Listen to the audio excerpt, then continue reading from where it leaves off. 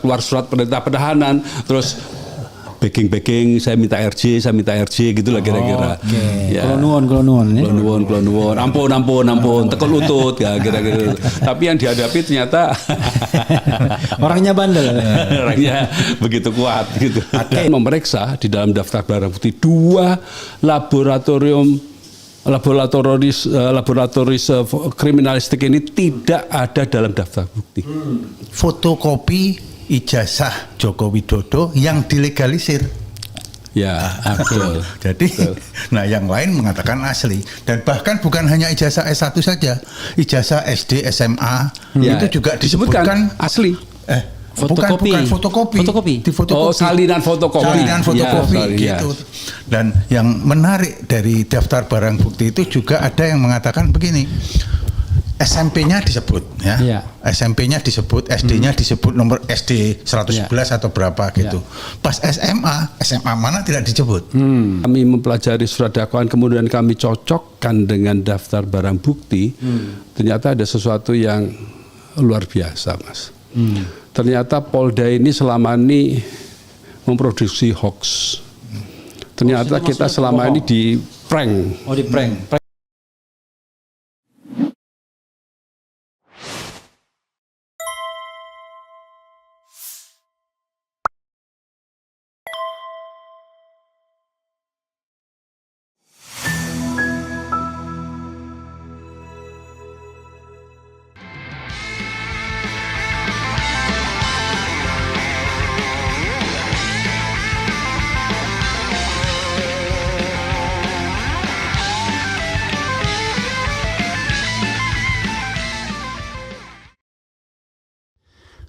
Assalamualaikum warahmatullahi wabarakatuh. Waalaikumsalam. Sobat RH sekalian, jumpa lagi kita di channel yang keren ini.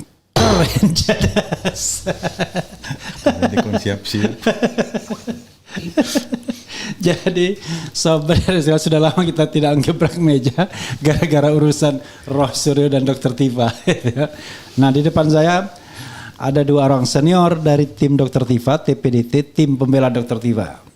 Wirawan Adnan, Assalamualaikum warahmatullahi wabarakatuh, Mas. Dan senior saya di UGM, ya kira-kira 6 tahun di atas saya. Gak usah dihitung itu. 84 Mas ya? 83 atau apa? 83. 6 tahun di atas saya, Lutfi Hakim. Jadi saudara sekalian, sebelumnya kita satu grup di Troya namanya, Tifa Royce Advocate. Tapi karena strategi sidangnya harus dipisah, karena masing-masing ada kebutuhan untuk lawyer sendiri, dan sekarang terbukti ketika Roy Suryo masih mengajukan pra peradilan, sementara Dr. Tifa sudah masuk pokok perkara.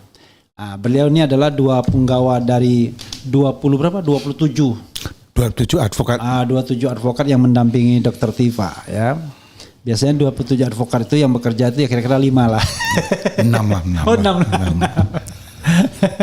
Jangan buka rahasia. Sebetulnya 7, dia dihitung 2 kali. Hitung 2 ya, 7. Ya, ini kita belum mulai itu udah 214 orang yang nonton kita. Padahal belum ngomong apa-apa. Jadi saya ingin overview ya terhadap 2 sidang yang terdahulu, Mas Lutfi atau Mas Wirawan, silakan. Monggo duluan aja. Overviewnya adalah soal pertama pembacaan dakwaan dan kemudian nota perlawanan. Sekarang namanya nota perlawanan ya. Nah di undang-undang baru. Bagi kita, fortunately bagi tim Roy Suryo, tinggal follow aja nanti. Tinggal ikut ya. Silakan Mas Lutfi Hakim, kelihatan yang mau memulai. Iya, baik, terima kasih Mas Refli dan Mas Adnan ya. Jadi ada satu hal yang menarik dalam persidangan yang pertama itu ketika kita mempersoalkan tidak memperoleh berkas lengkap. Kemudian mereka ngotot bahwa berkas lengkap itu tidak diatur lah, yang penting surat dakwaan. Kemudian yang ketiga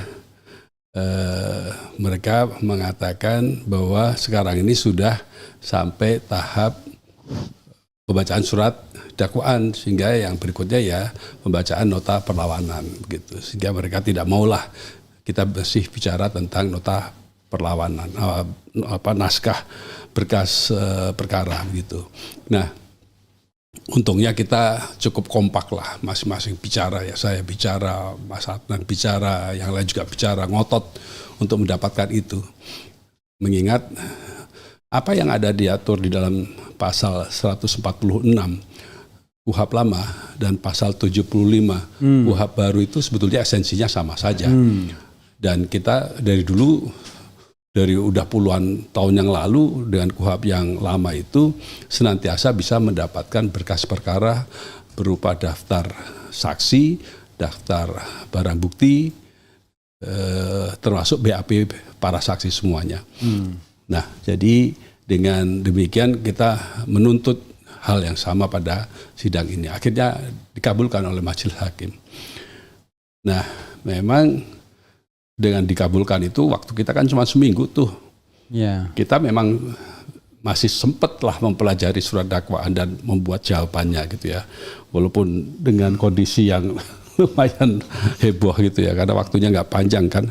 1 minggu kita berapa waktu untuk membaca, kita bagi tugas yang ini Mas, biar penonton paham, pasal 75 ayat berapa? Biar saya bacakan. Ayat 6. Ayat 6 ya, saya bacakan dulu. Pasal 75 ayat 6 Undang-Undang 20 tahun 2025 tentang Kitab Undang-Undang Hukum Acara Pidana. Ini yang baru ya, KUHP yang baru. Pasal 75 ayat 6 bunyinya adalah salinan surat pelimpahan perkara beserta surat dakwaan disampaikan kepada penyidik, tersangka dan advokat pada saat yang bersamaan dengan penyampaian surat pelimpahan perkara tersebut ke pengadilan negeri. Artinya ini azas equality ya. Oke, jadi masalahnya adalah yang dimaksud dengan surat salinan surat pelimpahan perkara beserta surat dakwaan. Oke, surat dakwaan kita skip dulu. Surat pelimpahan perkara itu apa? Ada di penjelasannya? Tidak. Ada di penjelasan. Kalau yang di lama, yang saya ketahui di lama ada. Oh enggak, ini yang baru kan. Yang baru enggak ada penjelasan. Yang lama enggak ada. Tapi apa yang dimaksud surat pelimpahan perkara tersebut? Silakan Mas. Ya, dalam 146 ayat 4 yang lama itu ya keseluruhan berkas. Keseluruhan berkas, dan kita sudah menjalani itu terus-menerus kan. Udah sejak tahun 81 kan itu. Itu seperti itu. Ya, itu yang saya katakan. Intinya apapun yang dilimpahkan lah ya. Iya, antara ke pengadilan, ke advokat, ke penyidik mesti sama. Sama equal. Ya. Nah, kemudian apa masalah setelah kita tidak memperoleh dari awal itu sama? Akibatnya kita punya keterbatasan untuk membuat surat nota perlawanan. Yaitu kita hanya sibuk membaca nota dakwaan, surat dakwaan. Sekarang namanya nota perlawanan. Nota perlawanan. Dulu pasal berapa itu? Nota perlawanan diatur di. Ini kan sekaligus pembelajaran publik juga kan? Iya. Kalau pasalnya sih masih di pasal 75 juga seingat saya. Oke, go ahead. Masih. Akibatnya kita tidak cukup punya waktu mempelajari daftar-daftar, baik daftar saksi maupun daftar barang bukti.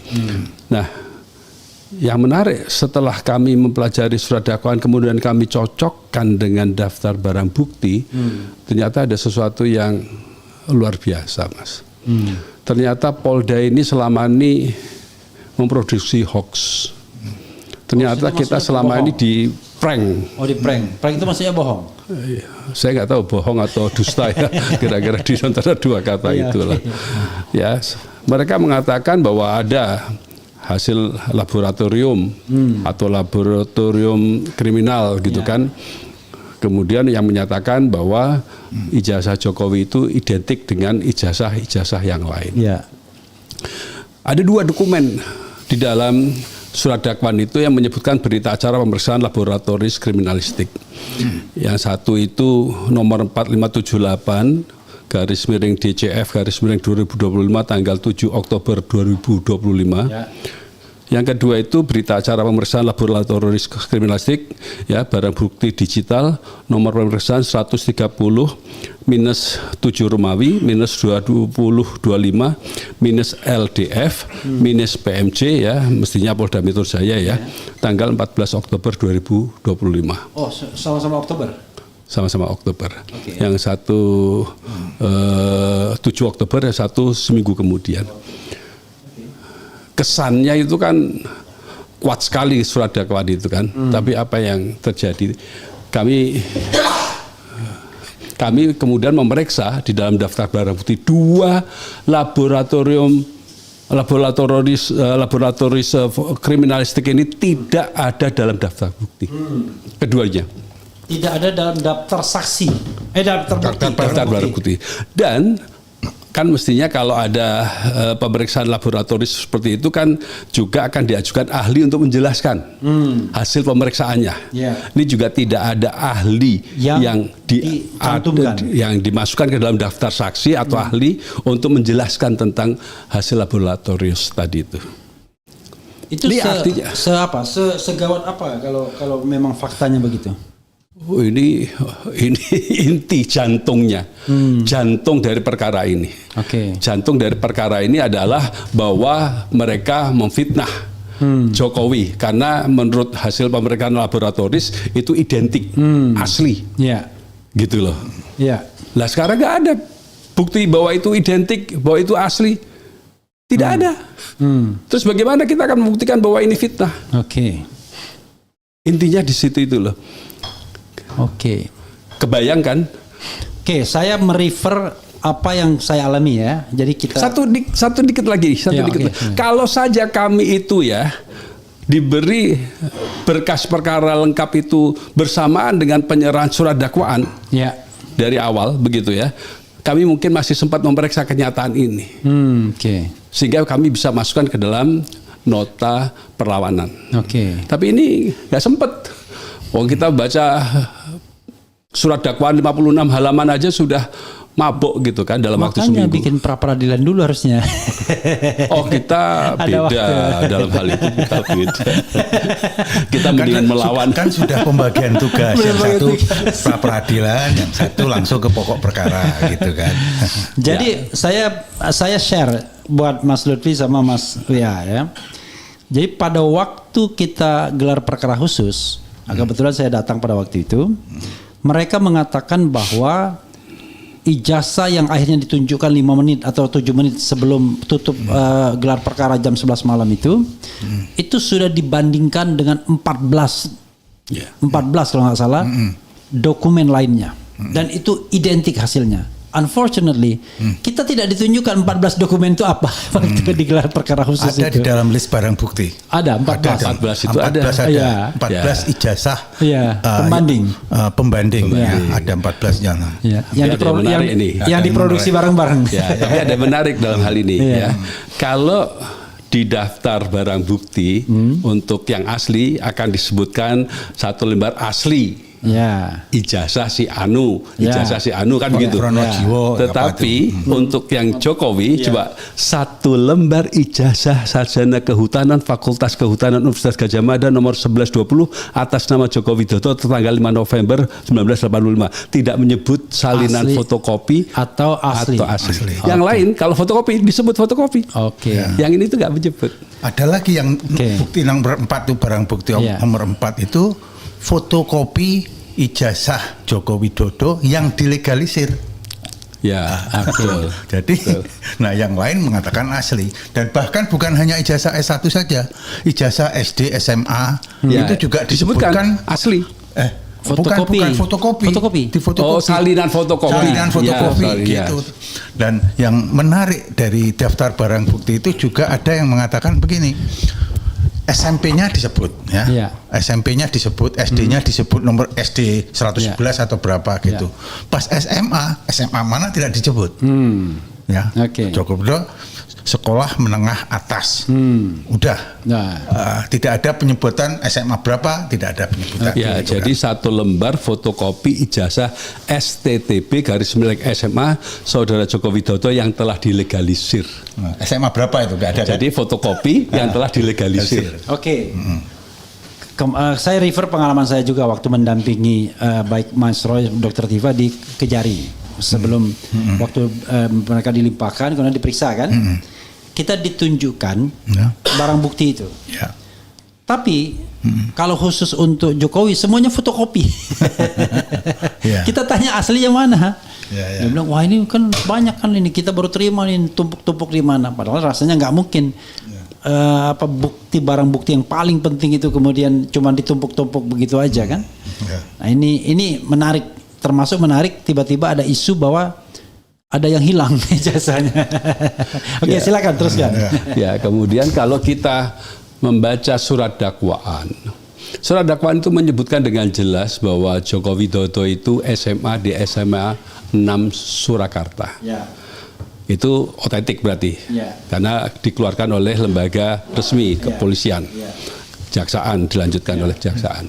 Nah, persoalannya adalah pada tahun 86 itu masih belum ada yang namanya SMA 6 itu. Waktu itu kalau nggak salah SMPP atau apa? SMPP benar. SMPP 40. Itu seperti itu. Jadi aneh saja kok bisa aja dia lulusan dari suatu tempat yang tidak ada. Sisi lain, kalau kita membaca dari buku alumni Fakultas Kehutanan 80-86 ya, 80-86 itu jelas sekali yang di situ disebutkan nama Joko Widodo itu adalah lulusan dari SMA 6 Yogyakarta. Ya, jadi ini kan sangat tidak cerdas merekayasanya. Atau ada hal yang tidak diantisipasi ya oleh perekayasa ini, gitu. Saya juga melihat juga yang lain itu yang saya lihat bahwa semua ijazahnya Joko Widodo itu adalah yang dimasukkan sebagai list barang bukti itu fotokopi semua, ada yang dilegalisir dan juga malah, tapi ada yang asli ya, yang dimasukkan sebagai barang bukti itu atas nama Joko Widodo asli KHS, KHS asli itu, terus apalagi terus bukti penerimaan di UGM ya, terus bukti ada sumpah apa gitu juga asli, terus rencana studi juga asli, ada bukti-bukti itu disebut asli ya. Nah, sehingga memang betul ada seorang yang namanya Joko Widodo pernah berkuliah di sana, diterima oleh Fakultas Kehutanan, itu jelas itu karena ada buktinya kan gitu. Ada barang bukti. Joko Widodo yang ono? Nah, gitu. Nah, sehingga kami kok menduga bahwa Joko Widodo yang diterima di UGM itu berbeda dengan yang Joko Widodo yang kemudian menjadi presiden gitu. Kalau ada Joko Widodo, ada Jokowi ya, ada Jokowi. Sehingga kalau ada yang berani menguji DNA-nya itu pasti berbeda dengan yang diterima di UGM itu, kita kira gitu kesimpulan jadi, kami gitu. Dakwaan itu jelas, tadi saya pertegas lagi ya, surat dakwaan itu mengutip BAP yang tadi saya sebutkan ya, ada 2 BAP gitu kan, yang disebut sebagai hasil laboratoris gitu kan. Tetapi BAP itu tidak ada dilampirkan dalam berkas perkara.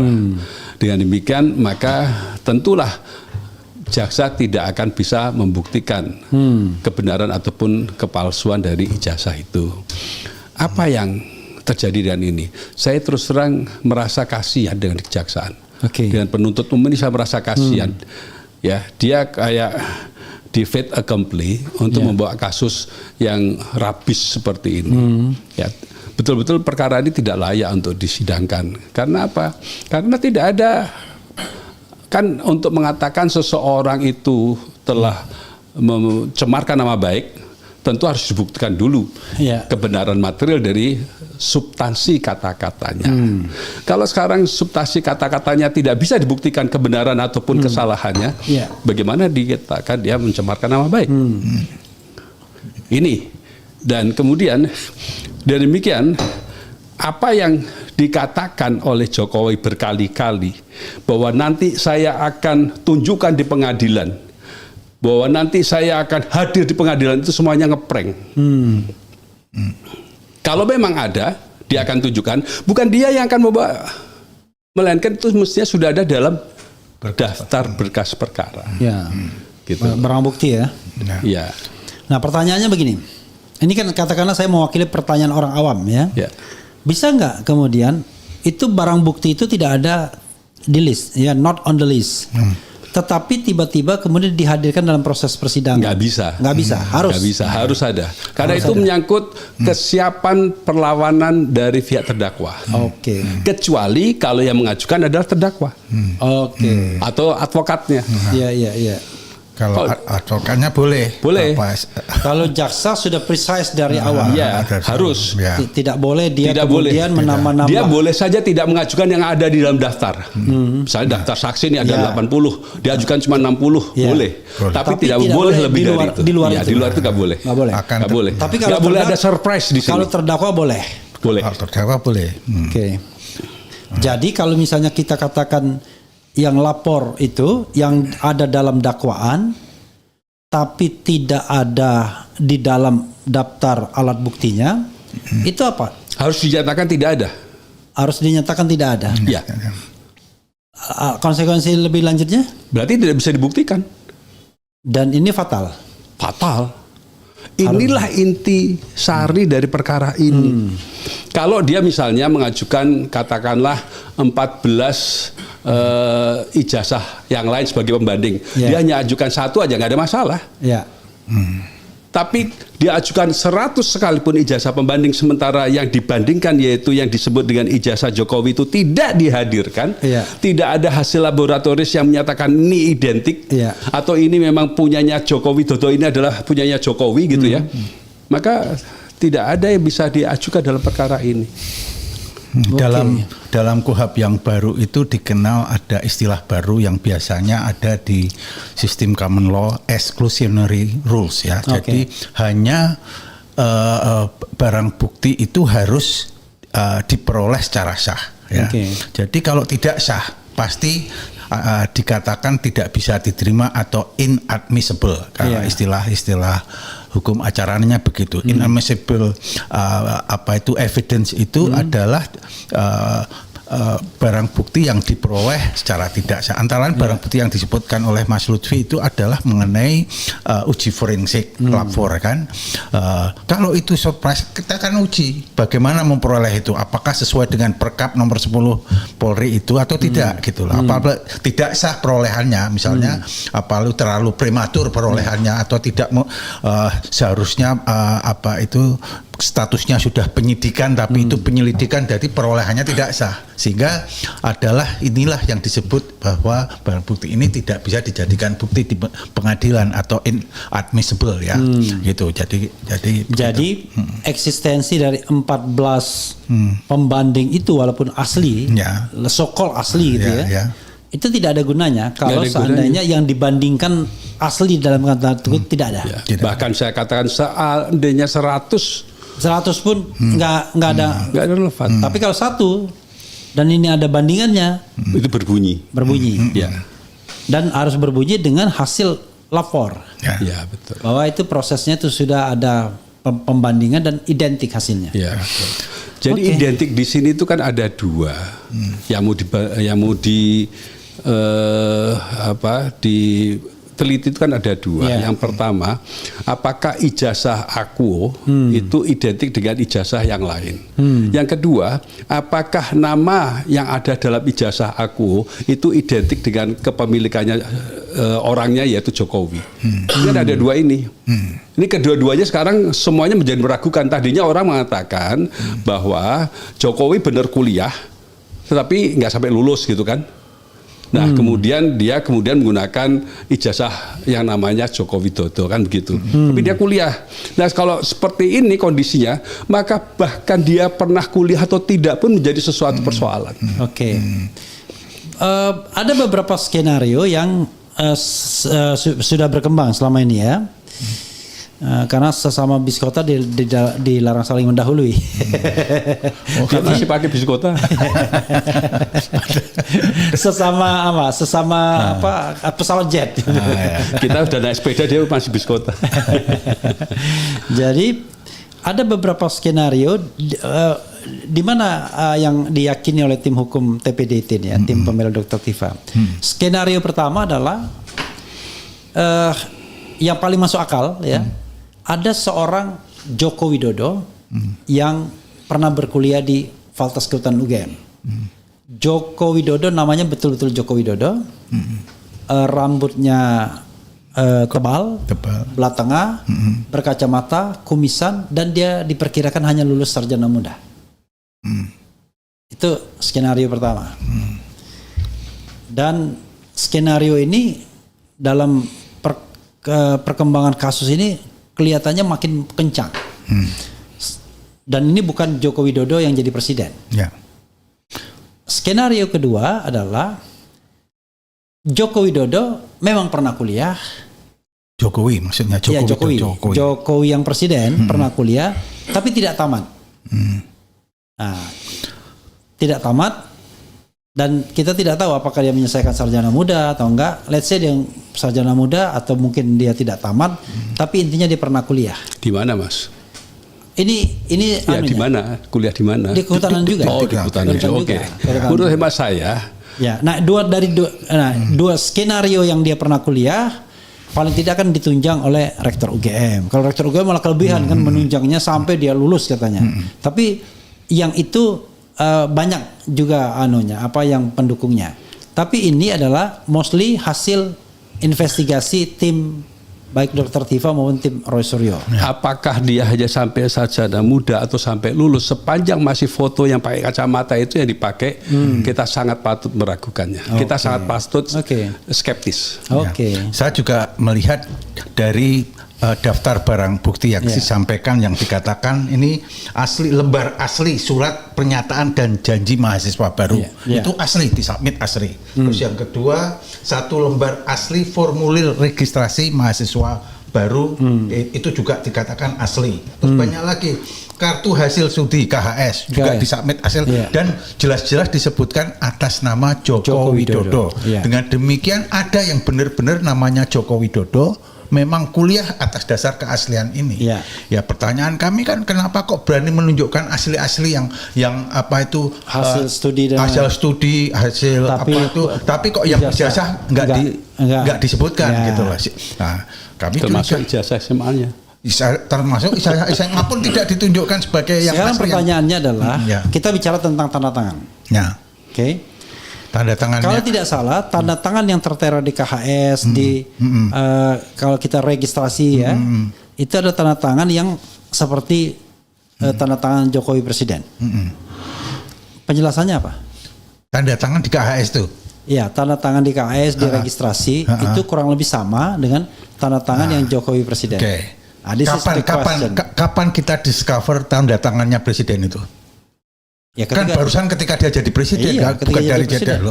Bisa jadi tanda tangannya dicocok-cocokkan dengan tanda tangan yang ada di KHS itu, gitu loh. That's the point. Itu bisa jadi itu salah satu hipotesa kan. Ya memang so far yang bisa kita lakukan hipotesis itu kan. Iya, ketika dia mengambil ijazah itu sebagai pattern, gitu kan. Dicari namanya Joko Widodo yang agak mirip-mirip lah, ya kan.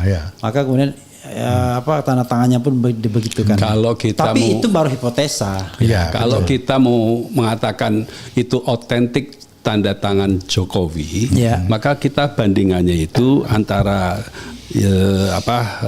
registrasi tadi itu ataupun skripsi misalnya itu dengan tanda tangan dia di masa presiden. Bukan, di masa umur segitu juga, tapi dokumen yang lain. Cuma masalahnya dokumen misalnya yang lain. Dokumen bank, buku tabungan, misalnya gitu loh. Cuma dokumen lain itu nggak pernah muncul. Ya itu. Nggak pernah muncul. Jangankan yang dokumen lainnya, yang lab foreign ini aja nggak muncul. Nah, contoh misalnya kita bicara foto ya. Kan foto itu perkara yang tidak mudah kalau kita mau membuat ijazah backdate, ya kan? Kira-kira 40 tahun yang lalu atau 30 tahun yang lalu. Kan kita harus mencari foto kita yang 30 tahun yang lalu. Belum tentu ada kan kalau foto lagi tamasya, lagi apa barangkali ada, tapi yang lagi pas foto gitu kan nggak gampang kan. Nah, dalam konteks ini ya bisa jadi dicarilah yang foto yang paling mirip kan, yang dimirip-miripkan gitu. Nah, itu gimana kalau ini?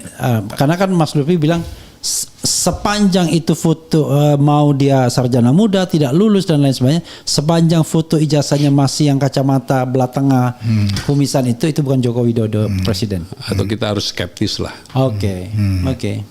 Sekarang pertanyaannya adalah dalam teori pembelaan ya, karena Mas Lutfi ini kan puluhan tahun sama Mas WA. boleh kita mengatakan demikian dalam arena publik seperti ini? Oh iya, boleh. Kita bahkan bisa minta kepada hakim supaya foto ijazah ini misalnya ditampilkan di screen yang gede gitu kan. Kemudian kita tampilkan ahli untuk menjelaskan. Ada perbandingan kiri dan kanan. Ya, foto yang lama lah, kan ada juga beredar foto-foto lamanya Jokowi gitu kan, bandingkan dari ukuran hidungnya, ukuran matanya, ukuran mata ke hidung dan sebagainya lah. Ya, anatominya. Dan itu klien Anda itu ahli sudah.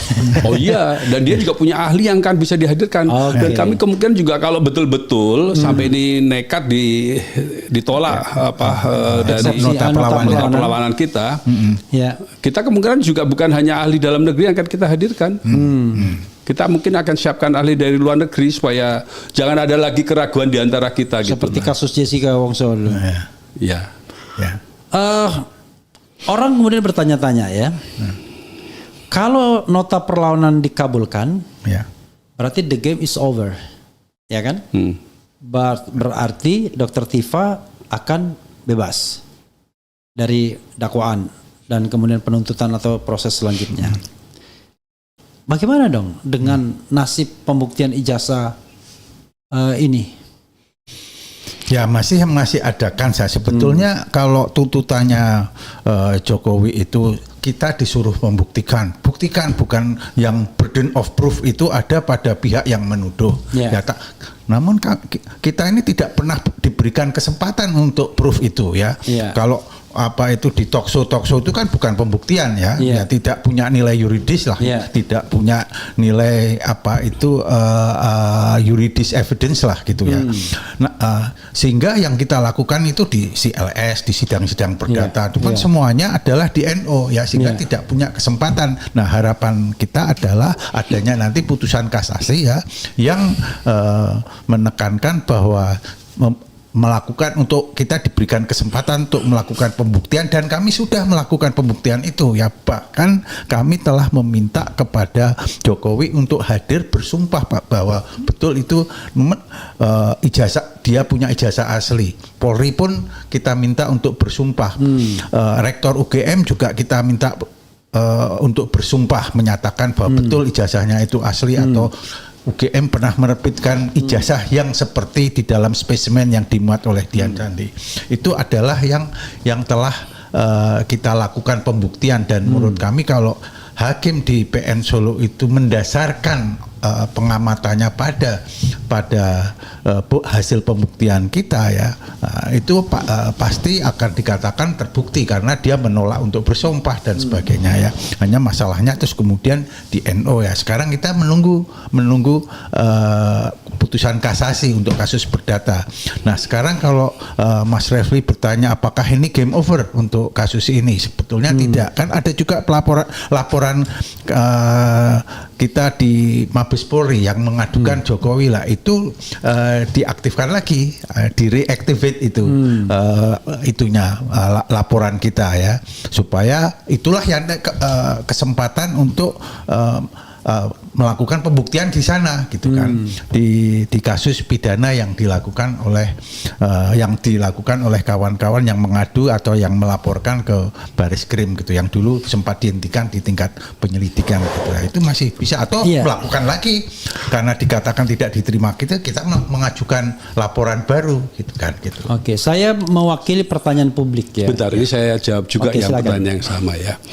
Jadi kalau saja kita itu tidak dijegal dengan berkas perkara yang tidak diserahkan dari sejak awal, kemungkinan kita akan masukkan masalah lapor yang ternyata tidak ada dalam daftar barang bukti, juga orang yang memeriksa ke dalam daftar saksi atau ahli, maka kemungkinan kita akan dikabulkan dan itu menjadi alasan utama dari majelis hakim. Lantas bagaimana? Kemungkinan besar majelis hakim akan menyatakan karena ini tidak diajukan maka keberatan diterima, perlawanan diterima. Ya, kemudian berarti apa skenario berikutnya? Terpaksalah mereka mengajukan surat dakwaan baru dengan menyampaikan lapor-lapor tadi itu. Ya. Tapi dengan tidak adanya itu, kalau toh kita dikabulkan perlawanannya itu, maka ada dua skenario. Yang pertama, JPU harus memperbaiki surat dakwaan. ya sesuai dengan apa yang dikabulkan gitu kan. Kemudian atau ini JPU tidak akan ajukan surat dakwaan baru dan kemungkinan besar memang tidak akan ajukan gitu kan. Yang terjadi kemudian dark number. Seperti yang pernah kita bicarakan pada waktu podcast yang lalu. Di mana JPU ya sudahlah, toh aku nggak akan bisa mengajukan lapor karena aku nggak diberi oleh kepolisian, oleh penyidik kan gitu. Nah terus ngapain juga aku ajuin terusin. Sementara Jokowi juga bisa tidur nyenyak karena nggak perlu harus dicecar di ruangan sidang gitu kan. Kemudian mungkin para terdakwa, klien-klien kita mungkin juga merasa nyaman ya kan, karena tidak harus menghadapi persidangan yang tidak fair gitu kan, yang harusnya memang tidak perlu ada persidangan kan. Ya, tidak perlu ada persidangan kecuali menyidangkan Jokowi telah memiliki ijazah palsu misalnya, gitu loh. Itu seperti itu, skenario yang harus terjadi seperti itu. Oke, misalnya nota perlawanan dikabulkan, berarti jaksa ada 2 option, bisa melanjutkan dengan memperbaiki dakwaan dan diajukan kembali, atau dia kemudian menarik dakwaan. Artinya dakwaan tidak usah ditarik, diem saja. Ya, artinya dia tidak melanjutkan lah. Tidak melanjutkan. Tidak melanjutkan. Nah, itu berarti pilihan dia ya. Nah, pertanyaan saya adalah sekali lagi bahwa tolong masyarakat diyakinkan bahwa sidang ini adalah bukan sidang untuk membuktikan ijazah palsu Jokowi. Karena sidang ini adalah sidang fitnah dan pencemaran nama baik.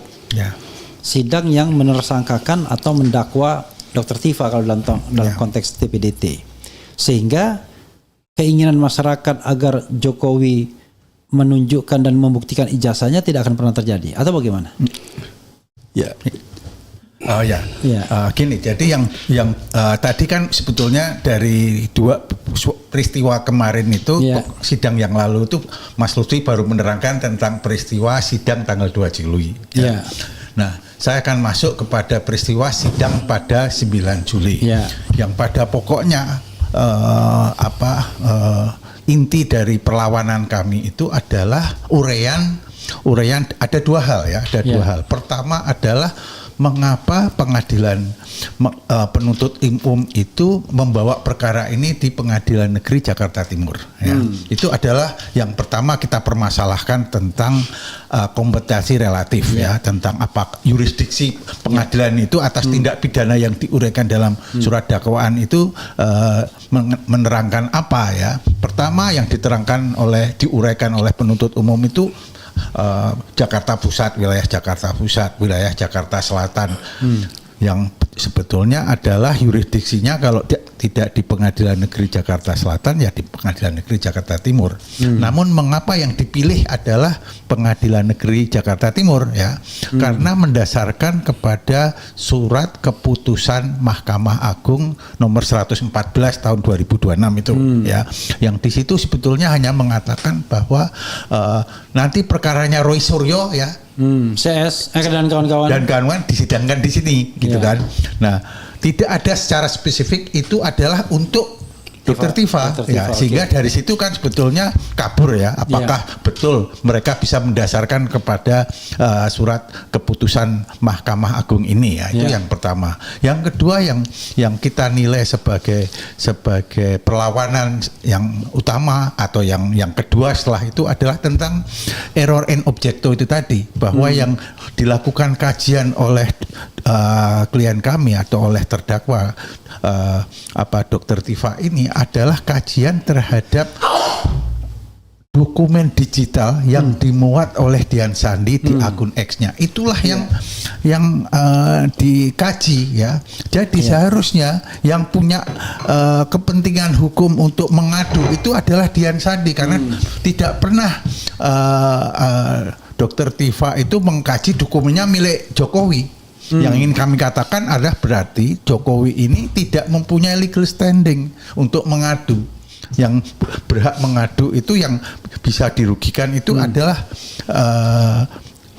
dokumen digitalnya yang dimuat oleh Dian Sandi ya. Nah, sejauh ini apapun yang dimuat oleh Dian Sandi tidak pernah dikomentari, oh itu yang dimuat Dian Sandi itu palsu atau itu asli. Tidak pernah ada komentar dari Joko Widodo maupun dari pendukung-pendukungnya yang membantah itu.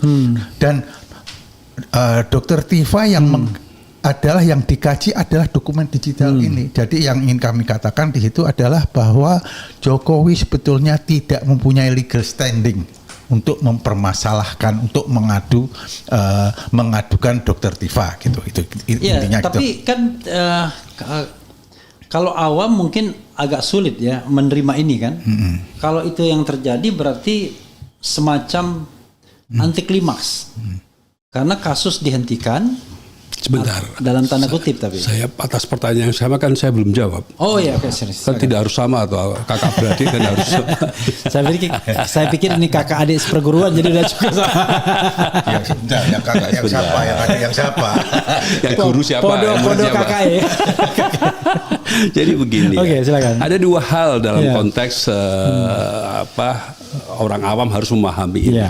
Yang pertama itu tentang kalau orang dituduh telah mencemarkan nama baik, maka haruslah ketahuan fakta sebenarnya itu seperti apa.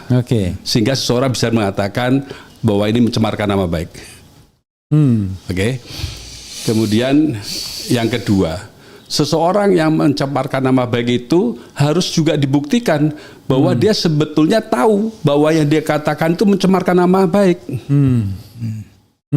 Kalau dia tidak bisa dibuktikan bahwa dia tahu atau tidak tahu, ya tidak bisa dituduh dengan pencemaran nama baik. Bisakah JPU membuktikan bahwa Roy dan Tifa itu sebetulnya tahu bahwa itu ijazahnya asli atau tidak asli? Kemudian dia akan dituduh sebagai telah mencemarkan nama baik. Apakah bisa dibuktikan itu dalam suatu bentuk percakapan dengan siapa kayak misalnya atau di dalam mana? Sebetulnya aku tahu itu sebetulnya asli ya, tapi ini kok ada kesempatan misalnya begitulah ya. Kemudian yang ketiga, yang namanya kepemilikan tadi yang disampaikan si Dian Sandi Utama itu ya, itu juga haruslah Jokowi mengatakan terlebih dahulu bahwa ijazahku itu identik atau tidak identik dengan yang ditunjukkan oleh Dian Sandi Utama. Selama dia tidak pernah mengklaim punyanya dia itu identik atau tidak identik dengan Dian Sandi Utama, ya nggak bisa ngapa-ngapain dia. Ini punya aku tuh sama dengan itu. Kamu jangan menghina aku dan mengatakan itu palsu. Misalnya begitu loh. Ya, terus masih ngomong lagi, sudah disomasi istilahnya begitu kan, masih ngomong terus gitu kan, masih ributin terus. Nah itu baru bisa menjadi persoalan. Nggak pernah ada somasi, nggak ada pernah ada apa, tahu-tahu marah, merasa terhina sehina-hinanya. Saya mempermudah. Dalam laporan polisi LP tanggal 30 April dia mengatakan dokumen yang dituduhkan milik saya. Jadi dia nggak mengatakan, jadi dokumen Sandi itu dokumen yang dituduhkan milik saya. Jadi artinya dia sendiri tidak mengakui bahwa itu adalah dokumen dia sebenarnya. Karena dalam laporan itu yang dituduhkan milik saya. Bagus, itu berarti sudah mempermudah saya itu. Nah, itu. Kalau dia sendiri mengatakan bukan itu dokumen yang punya saya, begitu kan, tidak identik dengan punya saya. Bahasa yang dituduhkan milik saya. Makanya dikatakan guru saya ini udah bener. Aku nggak dianggap mencemarkan nama baik kok mengatakan guru saya. Jadi kita ini betul kan membocorkan skenario kan. Sebetulnya ini di pokok perkara. Cuman kami yakin tidak akan sampai ke pokok perkara gitu loh. Kepedian kami itu begitu. Karena berdasarkan uraian perlawanan yang kami sampaikan di persidangan itu surat dakwaannya itu pantas untuk tidak diterima. Intinya sebetulnya tidak layak untuk disidangkan perkara ini atas dasar uraian surat dakwaan yang inkonsisten tadi ya. Jadi, yang paling lucu adalah penggunaan pasal 32 dan 35. 35 itu ya. Tiba masa tiba akal 12 tahun. Entah peristiwanya apa, perbuatannya itu apa. kan pasal high call ya. Pasal high call itu dengan dikasih pasal-pasal itu dengan harapan bisa ditahan gitu kan. Terus kalau mau ditahan sudah keluar surat perintah penahanan, terus backing, saya minta RJ gitulah kira-kira. Ya. Kulo nuwun. Ampun, tekul lutut ya kira-kira. Tapi yang dihadapi ternyata orangnya bandel. Orangnya begitu kuat gitu. Ada kecualinya yang ya, oke. Jadi kembali pada pertanyaan publik, berarti anti klimaks dong. Artinya nanti sidangnya selesai, the game is over. Kemudian tidak ada lagi pembuktian ijazah dan penonton kecewa. Belum tentu. Epstein. Coba sampai sekarang nggak dibuka-buka toh persidangannya. Terus saja ketika urusannya dengan nomor satu dari suatu negara. Masukkan ke konteks dulu Epstein file itu maksudnya apa dulu? Oh ya, mungkin dia nggak ngerti ya. Nggak tahu, dia nggak belum masuk ke situ. Ya.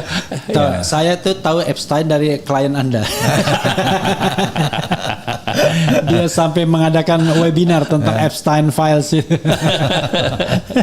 Boleh jadi dia akan semakin orang semakin akan terangsang berpikir memang bohong ini. Kenapa sudah sampai ke pengadilan tetap saja ternyata tidak diajukan lapor itu? Apa maksudnya? Itu akan begitu. Akan semakin orang akan tergila-gila dengan kasus ini. Oke, artinya Jokowi kalau betul dia punya ijazah palsu dengan bentuk surat dakwaan seperti ini, dengan bentuk daftar barang bukti seperti ini, dengan bentuk daftar saksi dan ahli seperti ini, dia sangat dirugikan. Kecuali kalau dia punya ijazah asli, bukan ijazah palsu. Tadi bilang ijazah palsu. Enggak, kalau dia punya ijazah asli maka dia sangat dirugikan dengan tadi itu. Kecuali dia tidak punya yang asli. Itulah. Dan boleh ahli, apa itulah tidak boleh apa? Tidak boleh maliang. Maksudnya apa itulah itu apa? Bukan, tidak boleh maliang kecuali. Kan kalau orang tidak boleh mancilo. Ada mancilo.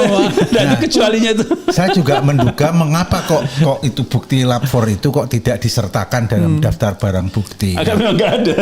Karena pertama kalau toh ada bunyinya identik tidak identik. Padahal menurut ahli yang kami telah hadirkan di persidangan CLS itu, dia mengatakan ahli kepolisian ini siapa? Ugroseno. Kok ahli-ahli mau bilang Ugroseno aja. Belum sampai. Anda memotong kalimat saya. Oke. Belum sampai. Ugroseno mengatakan yang namanya, kan kami jadikan ahli di persidangan di CLS di CLS kan yang namanya lapor, pengujian tentang asli tidak asli adalah binari. Binari itu 1 atau 0 gitu kan. 1 atau 0 itu kalau dalam hal ini binari itu artinya palsu atau asli. Hanya ada dua kemungkinan. Jadi nggak ada abu-abu. Tidak ada nomenklatur identik dan tidak identik itu tidak ada. Karena gitu itu karena sama-sama palsu itu identik bisa. Iya sama-sama. Jadi 14 palsu. Diproduksi bareng berarti 15 dibandingkan ya identik. Identik ya. Tapi kalau asli dan tidak asli mutlak kan gitu. Ya, jadi adanya kemungkinan itu ya gitu. Kalau yang soal 14 ijazah itu memang pernah saya dengar itu. Misalnya saya punya tanda tangan ini. Saya mengatakan yang ini saya tanda tangannya sudah dipalsuin. Maka saya akan diminta 15 kali tanda tangan. Untuk mengecek apakah betul tidak ada yang identik dari gerakan-gerakan tangan saya. Sekarang pertanyaannya adalah untuk kepentingan Roy Suryo misalnya. Kalau seandainya eksepsinya ini diterima atau nota perlawanannya dikabulkan, katakanlah dikabulkan mutlak ya, keseluruhan dikabulkan dan kemudian persidangan berhenti ya. Yang ini yang kedua ini kan yang ada statusnya ya tentang tersangkanya ya. Itu yang dimaksud eksepsi nota perlawanan kemarin, bukan Prapit, nota perlawanan kemarin. Oh, nota perlawanan bukan Roy Suryo. Bukan, maksudnya saya bicara tentang pengaruhnya ke Roy Suryo. Oke. Nah, kalau saya sependek pengetahuan saya, itu kontur dakwaan itu kurang lebih sama. Pasal-pasal yang digunakan, kemudian penempatan dakwaan pertama, primer subsidiar, dakwaan kedua, primer subsidiar, dakwaan ketiga, dakwaan keempat, itu sama. Pasal 434 duluan, 433 dengan jungto-jungtonya, kemudian pasal 32 ayat 1 dan pasal 35 dulu. Aktus seriusnya pada dasarnya sama. Ya. yang membedakan paling cuma link yang disertakan dari 28 link itu. Unfortunately lucu manan. Dr. Tifa cuma 5, Roy Suryo itu dibilang 7 tapi kayak kelihatan cuma 6. Nanti saya lihat lagi. Nah, berarti kan kalau misalnya 7 lah 12. Berarti 26-nya punya siapa? Ya, bukan aktorisnya yang relevan dengan terdakwa. Dimasukkan ke sana semua kan 28 link itu dimasukkan semua. Let's say itu diterima. Bagaimana dengan nasibnya Roy Suryo misalnya? Ya, jadi kalau itu diterima, konstruksi hukumnya, maka kasusnya Roy pun harus berhenti. Kenapa? Karena mens rea dan actus reusnya itu sama. Mereka kan hampir selalu pergi kemana-mana barengan. Kalau toh ada 1-2 kali di acara-acara tertentu, itu kan dengan konten yang sama juga, nggak ada yang baru kan. Yang disampaikan ya kurang lebih itu juga gitu kan. Jadi harus dengan konstruksi hukuman yang sama ini dia harus berhenti. Jangan coba-coba jaksa membawa ini ke muka sidang. Oke, jadi ketika misalnya Dr. Tifa dikabulkan nota perlawanannya, maka yang terbaik bagi jaksa tidak meneruskan sidang, tidak menggunakan haknya untuk menuntut, untuk melakukan pendakwaan, untuk membacakan dakwaan. Begitu. Dan itu boleh. Boleh. Berarti dia mencabut surat yang sudah disampaikannya ke majelis, ke pengadilan negeri. Atau kemungkinan dimenangkan, mengajukan. Sekarang ini tim hukumnya Roy Suryo kan hanya baru satu adalah tentang sah dan tidaknya penangkapan, penahanan, penggeledahan itu kan. Terus kemudian diikuti dengan pasal 32 ayat 1. Ayat 1 tentang pasal itu. Nah, kalau ini ditolak ini ya, supaya punya nilai eksekutorial ya. Nah, tim hukumnya Roy Suryo bisa mengajukan sah dan tidaknya penetapan tersangka. Nah, akan lebih dikuatkan kalau ini ditolak gitu kan. Oke. Ya gitu loh, karena ureannya kan hampir sama, aktoriusnya hampir sama, sehingga mengajukan pra peradilan untuk dengan materi penetapan sah dan tidaknya tersangka menjadi lebih relevan dan mempunyai kans untuk dikabulkan di tingkat pra peradilan gitu. Oke, tapi harus berproses juga. Harus berproses juga. Tidak otomatis. Kecuali kalau belum dimasukkan surat dakwaannya. Oke, jadi nggak bisa dicabut lagi surat dakwaan itu. Karena surat dakwaan itu sudah dimasukkan per tanggal 22 Juni. Jadi hebat sekali, cepat mereka. 22 Juni pelimpahan tahap 2, tapi 22 Juni juga dilimpahkan ke pengadilan negeri gitu. Jadi gitu. Inilah yang mereka tidak antisipasi bahwa sidangnya akan terpisah. Mereka menduga bahwa akan satu meja semua karena saksi-saksinya sama semua akan hakimnya sama, sekali putusan dapat 2 gitu kan, kira-kira.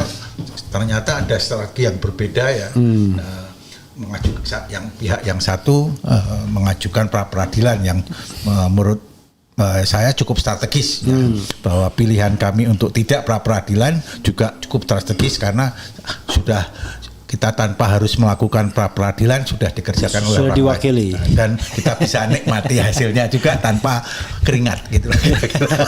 Jadi kalau belum dimasukkan, belum dilimpahkan ke pengadilan, itu memang ada beberapa alasan JPU untuk tidak mengajukan tuntutan entah pakai deponering atau penghentian penuntutan atau mengesampingkan perkara demi kepentingan umum atau deponering tadi itu atau menutup perkara demi kepentingan umum juga ada gitu. Ada beberapa forum untuk dia bisa gunakan. Tapi kalau memang sudah masuk ke pengadilan, lebih baik pakai forumnya eksepsi itu, atau perlawanan itu. Jadi begitu dinyatakan bahwa statusnya sebagai tersangka tidak sah, ya sudah. Gini, Anda sebagai lawyer Dr. Tifa yang digendang-gendangkan terus untuk melawan Jokowi dan lain sebagainya, merasa dilematis nggak ketika membuat nota perlawanan yang maksudnya adalah mengakhiri proses hukum yang ada? Enggak sih kalau saya. Enggak ya. Karena kami merasa bahwa ini adalah jauh dari esensi perkara yang tidak akan mengadili keabsahan ijazah. Ini soal ada kemungkinan mencemarkan nama baik atau tidak, sehingga menurut kami ini memang harus diterima nota perlawanan kami gitu loh. Dan itu misalnya kalau nota perlawanan itu diterima, bagi lawyer adalah itu success story. Oh ya, itu glory itu. Suatu victory itu. Ya, dengan kenyataan tidak adanya dalam daftar bukti hasil lab krim tadi itu semakin menegaskan perjuangan kami itu benar. Ini tidak layak maju ke muka sidang kok. Jadi bukan persoalan kami tidak yakin dengan kebenaran tentang ijazah itu, nggak ada hubungannya dengan itu, gitu loh. Tapi ibaratnya orang misalnya anak kecil gitu ya, dia melakukan kenakalan gitu ya, nggak harusnya dia dikeluarkan dari sekolah gitu. Kok harus dikeluarkan dari sekolah? Padahal itu kesalahannya kalau dikatakan dia salah ya, misalnya gitu ya sederhana saja. Lah ini tidak salah bahkan gitu loh. Ini tidak salah kok kemudian kita mau dikriminalisasi. Kriminalisasi itu yang kami lawan. Karena prinsip itu sama juga di saya ya, sebagai lawyernya Mas Roy. Loh, ini dia sekarang sebagai host atau sebagai lawyer kok? Host lawyer gitu ya. Karena from the beginning. Kan dulu kan kita satu grup kan dulu kan. Jadi from the beginning kita kan mengatakan kan bahwa kasus ini bahkan tidak layak untuk di LP-kan. Jadi dalam tahap penyelidikan pun sudah tidak layak. Tahap penyidikan tambah tidak layak. Tahap penuntutan tidak layak juga sesungguhnya. Cuman kan terkesan dipaksakan untuk dilayak-layakan. Nah, itulah sebabnya kita mengatakan bahwa ini kasus bukan ranah pembuktian ijazah Jokowi. Ini kasus hanya untuk mengkriminalisasi Dr. Tiva dan Mas Roy. Dengan tudingan fitnah dan pencemaran nama baik. Itu yang paling kausa primanya itu kan sebenarnya. Karena itu kita memberikan pembelajaran ke publik, jangan nabu gendang terus. Ini ditari yang salah ini. Nah, sementara kita berharap CLS kan, CLS di Solo ada hasilnya, plus tim pemburu ijazah palsu yang saat ini terus menerus memberikan tambahan bukti kepada Bareskrim Mabespori. Tapi unfortunately sampai sekarang baru sebatas DUMAS, pengaduan masyarakat gitu. Nah, barangkali ya kalau kasus ini selesai, maka DUMAS itu bisa meningkat jadi LP. Karena kan theoretically kan harusnya tidak boleh kan, ketika kasus ini sedang berproses itu nggak boleh. Tapi dia udah nggak sopan duluan, karena kasus TPUA itu diproses di Bareskrim itu baru dihentikan tanggal 22 Mei 2025. Sementara pelaporan Jokowi dan prosesnya itu sudah dimulai tanggal 30 April. Jadi ini belum selesai, ini sudah dimulai. Kan ada kan di dalam ini Anda kan diskriminasi. Pakai perlindungan saksi dan korban kan. Itu pasti dari dari Al-Kathiri itu. Gimana nggak tahu kan kita pernah satu grup. Walaupun itu nggak aktif. Aku nggak aktif. Tapi akhirnya di belakang layar dia. Apa lagi, Mas? Kalau saya ini di buku alumni itu ya tercetak di Joko Widodo alumni SMA Negeri 6 Yogyakarta. Nah itu ya, kalau zaman dulu kayaknya nggak ada yang namanya template terus salah ketik ya. Dulu kan pakai kayak Rafido ditempel-tempelkan gitu loh, sehingga sulit untuk kemungkinannya itu salah ya. Dan apalagi kalau mengingat SMA Negeri 6 Surakarta itu belum ada pada zaman itu, sehingga itu adalah benar Joko Widodo alumni SMA Negeri 6 itu benar, sehingga kita harus menyelidiki ini informasi yang data kelulusan tahun 80 itu ada nggak namanya Joko Widodo, itu adalah yang akan kita tuju. Nah, apabila itu terbukti, sehingga yang diterima di UGM itu adalah Joko Widodo alumni SMA Negeri 6 ya, bukan yang alumni SMPP 40 itu tadi. Oke, saya mengungkapkan satu skenario. Kenapa kemudian Jokowi dikatakan alumni atau alumnus SMA Negeri 6 Surakarta? Ya kalau saya tahu arah pertanyaan. Padahal dia SMPP. Iya, SMPP. Kalau nggak salah SMA Negeri 6 Surakarta itu baru ada eksis 86 ya. Iya. Tahun 86. Jokowi sendiri 85 udah lulus UGM kan. Ya gara-gara buku alumni itu. Biar untuk dikesankan bahwa ini salah tulis. Harusnya Surakarta bukan Yogyakarta kan begitu. Jadi setelah adanya masalah pada daftar barang bukti yang kami sampaikan tadi itu, tidak ada hasil lapor itu, janggal itu kan. Jadi kemudian kita mengkompilasi gitu ya seluruh kejanggalan dalam perkara ini. Yang pertama itu dari sejak foto ijazah. Yang kedua dia tidak pernah berani menunjukkan ijazahnya ke publik.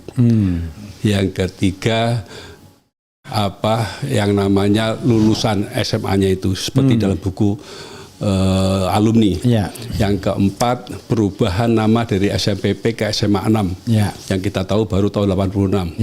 Yang kelima skandal di KPU. Ya berapa kali kita harus melakukan ini itu ya seolah-olah ditutup-tutupi. Kemudian yang keenam apa lagi? Keenam tuh Gerindra waktu tahun berapa itu pemilu? Nomor 6 dia. Artinya begitu banyak sekali kejanggalan dalam kasus ini. Gitu. Yang keenam banyak. Yang di Dirtipidum waktu press conference ternyata di situ sarjana muda cuma. Yang dilingkari program sarjana muda gitu. Kemudian yang ketujuh kartu hasil studi transkrip nilai yang ternyata memang untuk sarjana muda tiba-tiba ada tambahan lain yang kalau digabungkan itu menjadi 160 lebih gitu yang nggak mungkin rasanya. Kalau nggak salah kan kita kan maksimal 140 ya kalau S1 gitu. Lagi kemudian upaya untuk sedemikian rupa agar para tersangka ini mau mengajukan RJ. Lalu Pak Kasmujo, jangan lupa Kasmujo. Kemudian SMA-nya salah ketik. Namanya salah ketik. Terus mantan rektor nyabut pernyataannya. Rektor UGM sudah berubah, tidak lagi menyebut dia sebagai insinyur, tapi sebagai alumni. Karena alumni itu tidak harus tamat. Orang yang pernah pegang kartu mahasiswa itu disebut juga masuk dalam yang namanya organisasi alumni itu. Apalagi kalau dia berhasil. Jadi itu terlalu banyak. Dan kalau saya kan punya buku alumni asli ya, buku alumni asli. Saya telusuri di situ ya. Yang lulus 5 tahun itu sedikit sekali. Ya, rata-rata lulusnya 7 tahun gitu. Kalau jangan nanya. Jangan. Oke, kamu. Itu pencemaran apa ya? Kita ada azan. Kita berhentikan dulu, don't go anywhere. Pemirsa sekalian. Commercial break. Ya, kita berhentikan dulu, nanti kita bangun yang baru lagi. Buat yang baru lagi, biar keren kita kan, biar keren cadas. Nanti kita akan lanjutkan setelah ini dan silakan mengajukan pertanyaan-pertanyaan yang insya Allah akan dijawab oleh dua wing attacker ini. Jadi dalam pola permainan Dr. Tiffany formatnya itu 4-3-3. Nah 4-3-3 ini dengan 3 penyerang. Di tengah namanya Al-Katiri, kemudian right wingnya Wirawan Adnan, kemudian left wingnya Lutfi Hakim. Jadi 4-3-3. Dia kayak coachnya ya. Ya coachnya Argentina yang curang itu. Oke, kita don't go anywhere. Kita akan mulai lagi dan kita hentikan dulu video ini. Kita akan buka video yang baru. Wassalamualaikum warahmatullahi wabarakatuh. Waalaikumsalam. Keren.